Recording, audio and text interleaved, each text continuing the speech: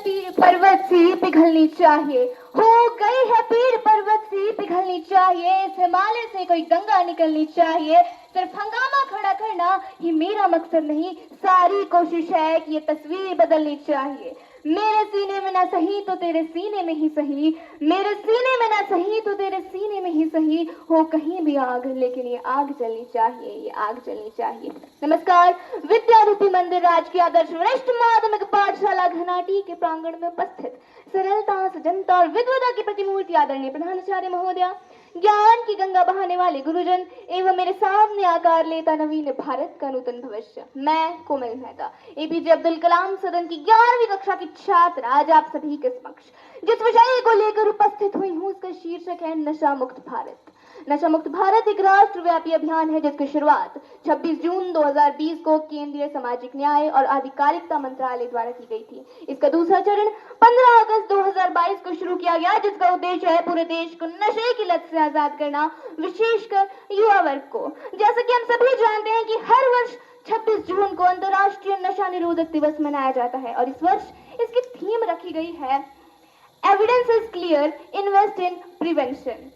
दशा देश की क्यों डगमगाने लगी है, जवानी नशे में क्यों लड़खड़ाने सी लगी है, क्यों लड़खड़ाने सी लगी है। यदि हम वर्तमान समय की बात करें तो भारत के 1.2 करोड़ से अधिक किशोर नशे के आदी हैं और WHO के अनुसार 30 लाख लोगों की मृत्यु विश्व स्तर पर मात्र नशा करने के कारण हो जाती है। और इतना ही नहीं, हिमाचल प्रदेश का 27% युवा नशे का आदी है, 9% स्कूली बच्चे किसी न किसी नशे का सेवन तो अवश्य करते हैं। और यदि मैं नशीले पदार्थों की बात करूं तो इसकी सूची बहुत लंबी है, जैसे हुक्का, गांजा, बीड़ी, सिगरेट, शराब, तंबाकू, चिट्टा इत्यादि। और इस डिजिटल युग में तो ऑनलाइन गेमिंग और मोबाइल फोन की लत भी नशे का एक नया और भयानक रूप बनकर उभरी है।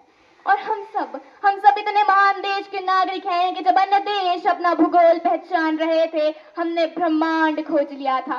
दुनिया 1, 2, 3 में व्याकुल थी, हमने शून्य दे दिया था।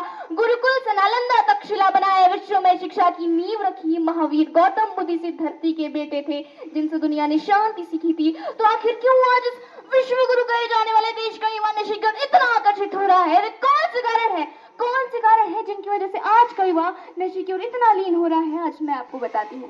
पहला, दोस्त। यूं तो दोस्त हम सबकी जिंदगी का एक अहम हिस्सा होते हैं, किंतु कुछ दोस्त दोस्ती के नाम पे कलंक होते हैं। वे खुद तो नशा करते हैं या साथ में दूसरों को भी नशा करने के लिए उकसाते हैं।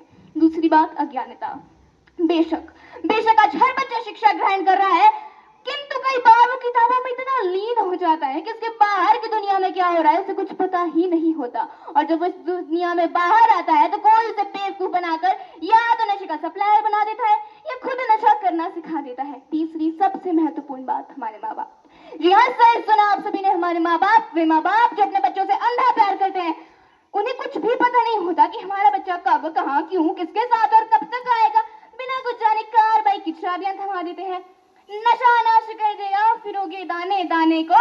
भैया, नशा नाश कर देगा, फिरोगे दाने दाने को। हाथ में होगा कटोरा और न देगा कोई खाने को। और मैं तो तब हैरान होती हूँ जब किसी युवा को कहा जाता है बेटा नशा छोड़ो, छोड़ो इसे, ये मृत्यु का कारण बनता है। तो जवाब आता है मरना तो एक दिन सभी को है, यहाँ कौन सा कोई अमर हुआ है। तो यदि आपको मरने का इतना ही शौक है तो देश के लिए मर मिटो, असल मायने में मर हो जाओगे। क्या इस जवानी की कीमत 2-4 ग्राम चिट्टा रह चुका है?